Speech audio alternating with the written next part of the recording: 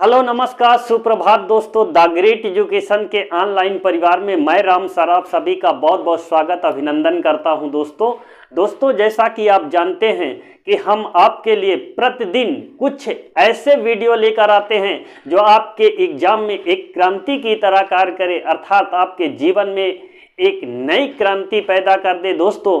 और दोस्तों कल हमने आपको पढ़ाया था प्राचीन इतिहास से एक महत्वपूर्ण टॉपिक चंद्रगुप्त मौर्य। जी हाँ, चंद्रगुप्त मौर्य से जो बनने वाले प्रश्नों के संग्रह थे, हमने चंद्रगुप्त मौर्य की टॉपिक्स में उसको शामिल किया था दोस्तों। और आज दोस्तों उसी कड़ी को आगे बढ़ाते हुए आज हम चलेंगे कि चंद्रगुप्त मौर्य के बाद उसका कौन सा पुत्र गद्दी पर बैठता है और उसके समय क्या क्या कार्य हुए, एक एक पॉइंट पर चर्चा करेंगे दोस्तों। और उसकी राजधानी कहाँ थी और तक्षशिला में विद्रोह कब हुए, ऐसी जो भी यहाँ से बनने वाले प्रश्न हैं वैसे प्रश्नों के संग्रह को हमने शामिल किया है जो आपके एग्जाम के लिए वेरी इंपॉर्टेंट हो दोस्तों। तो दोस्तों चलिए एक एक पॉइंट पर बिंदुवार से चर्चा करते हैं ताकि उसको आप आसानी से कर पाएं। जी हाँ, आप सामने से देख रहे हैं बिंदुसार के बारे में आज मुझे पढ़ाना है, तो थोड़ा इसके बारे में जानेंगे कि बिंदुसार जी हाँ किसका लड़का था, चंद्रगुप्त मौर्य का लड़का था, चंद्रगुप्त मौर्य। जी हाँ, चंद्रगुप्त मौर्य के दो लड़के थे। जी हाँ, चंद्रगुप्त मौर्य के दोस्तों पढ़िएगा, इसको गौर से देखिएगा कि चंद्रगुप्त मौर्य के दो लड़के थे। एक का नाम क्या था, बिंदुसार और दूसरे का नाम क्या था, जस्टिन। जी हाँ, एक का नाम बिंदुसार था और एक का नाम जस्टिन था। जी हाँ, बिंदुसार की माता का नाम क्या था, तो दुर्धरा। जी हाँ, दुर्धरा। और जस्टिन की माता का नाम क्या था दोस्तों, तो इसकी माता का नाम क्या था, हेलेना। आप जानते हैं कि हेलेना सेल्यूकस निकेटर की पुत्री थी। उसी से एक पुत्र उत्पन्न हुआ जिसका नाम क्या था दोस्तों, जस्टिन। और दुर्धरा के पुत्र का नाम क्या था दोस्तों, तो बिंदुसार। और आप लोगों को कल ही मैंने पढ़ाया है कि चंद्रगुप्त मौर्य अपने जीवन के अंतिम समय में किसको राजपाट सौंप करके कर्नाटक के चंद्रगिरी पहाड़ी पर पहुंच गए थे। तो याद रखना, जैसा मैंने आपको बताया था बिंदुसार, और बिंदुसार आपके ऑप्शन में नहीं मिलेगा तो क्या होगा, सिंधसेन। जी हाँ, बिंदुसार या सिंधसेन, दो में से एक ही नाम, एक ही व्यक्ति के ये दो नाम मिलेंगे आपको, बिंदुसार या सिंधसेन। और चंद्रगुप्त मौर्य के दो लड़के थे और दो पत्नियां थी, एक का नाम दुर्धरा और एक का नाम क्या था, हेलेना। जी हाँ, अब इसके आगे चलते हैं दोस्तों, एक एक पॉइंट पर चर्चा करते हुए हम चलेंगे कि और भी क्या क्या बिंदुसार के समय हुआ है। तो दोस्तों बिंदुसार को अमित्रोघात या अमित्रोचेट्स कहा जाता है। जी हाँ, बिंदुसार को अमित्रोघात या अमित्रोचेट्स कहा जाता है। इस पॉइंट को आप ध्यान रखिएगा क्योंकि कई बार यहां से एग्जाम में आया कि अमित्रोघात अमित्रोचेट्स किसको कहा जाता है, तो याद रखना बिंदुसार को ही कहा जाता है। और अमित्रोघात और अमित्रोचेट्स का मतलब क्या होता है, इसका मतलब ध्यान से सुनिएगा, इसका मतलब ये होता है शत्रुओं का नाश करने वाला। जी हाँ, शत्रुओं का नाश करने वाला। अमित्रोघात और अमित्रोचेट्स का मतलब क्या होता है, शत्रुओं का नाश करने वाले को कहा जाता है अमित्रोघात और अमित्रोचेट्स। और ये दोनों नाम किसके थे, बिंदुसार को ही कहा जाता था। अगले पॉइंट पर चलेंगे दोस्तों कि बिंदुसार के समय तक्षशिला में विद्रोह हुआ था। जी हाँ, बिंदुसार के समय ही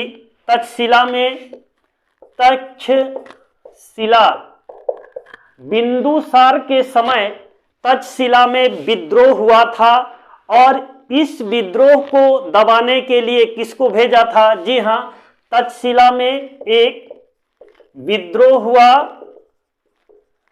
किसके समय? बिंदुसार। जी हाँ, बिंदुसार के समय। और दोस्तों, इस विद्रोह को दबाने के लिए बिंदुसार ने अशोक को भेजा था। जी हाँ, अशोक को भेजा। और अशोक ने जाकर के क्या काम किया दोस्तों? उस विद्रोह को दबाने का कार्य किया। दोस्तों, तक्षशिला में 2 बार विद्रोह हुआ था। एक बार बिंदुसार के बड़े लड़के, जो एक और लड़का था जिसका नाम सुसीम था, उसके समय हुआ था दोस्तों विद्रोह। और जब दोबारा हुआ तो उसके समय अशोक को भेजा गया। जी हाँ, ध्यान रखिएगा, तक्षशिला में 2 विद्रोह हुए थे।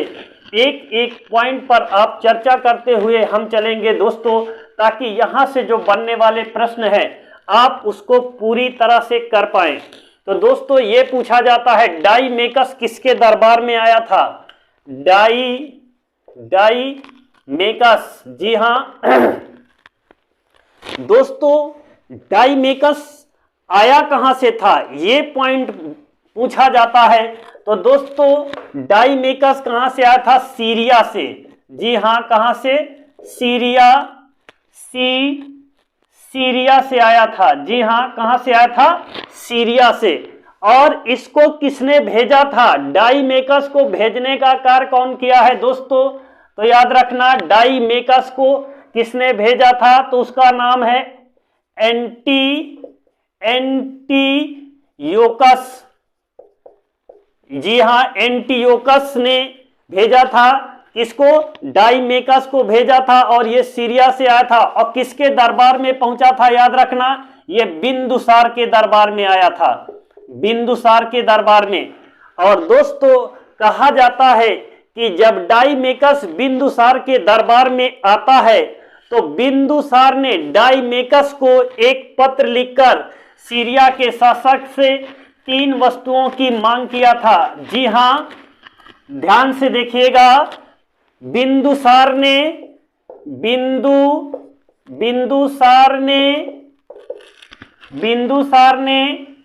एंटियोकस से 3 चीजों की मांग किया था, 3 वस्तुओं की मांग किया था। जी हाँ, जब डाईमेकस भारत आता है बिंदुसार के दरबार में, तो बिंदुसार ने जब वापस जाने लगा डाईमेकस, तो एक पत्र लिखकर एंटियोकस से 3 वस्तुओं की मांग किया था दोस्तों। और ये वस्तुएं कौन कौन थी, ध्यान में रखिएगा, ये तीनों पॉइंट को आप नोट कीजिएगा। क्या था? अंगूरी मदिरा।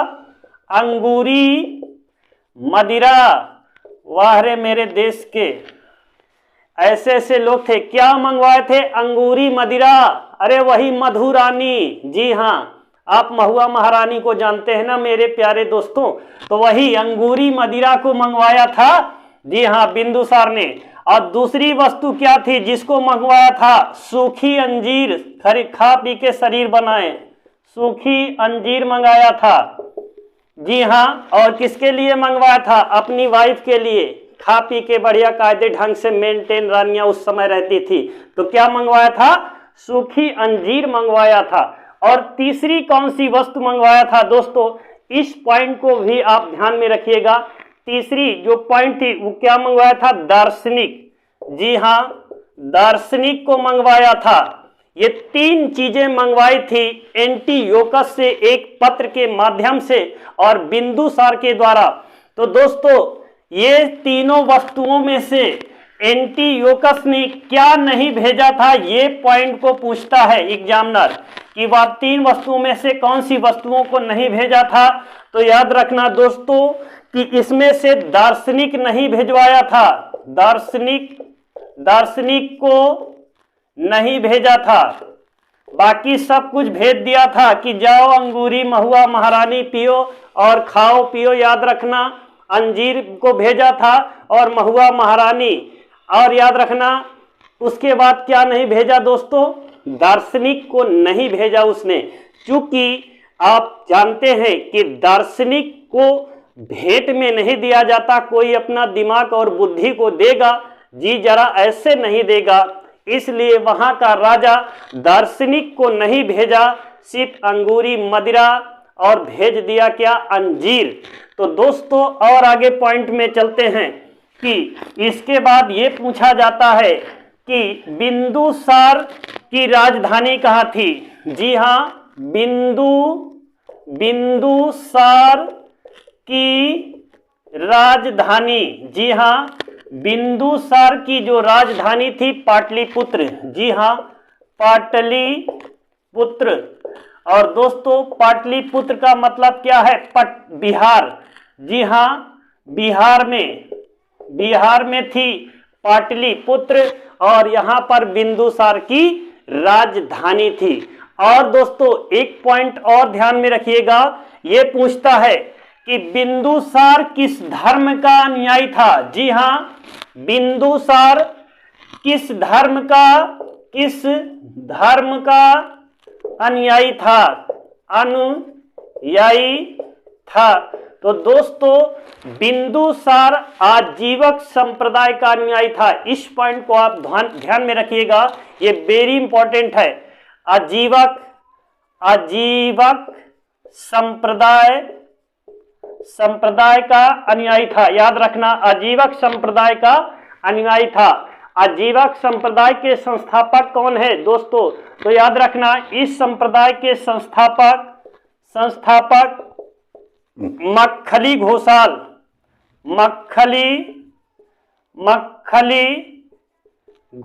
हैं। याद रखना दोस्तों, आजीवक संप्रदाय के संस्थापक मक्खली घोषाल हैं और बिंदुसार आजीवक संप्रदाय का अनुयायी था दोस्तों। तो दोस्तों उम्मीद करते हैं कि ये छोटा सा सेशन जो वीडियो वाला है बिंदुसार का, ये आपको पसंद आएगा दोस्तों।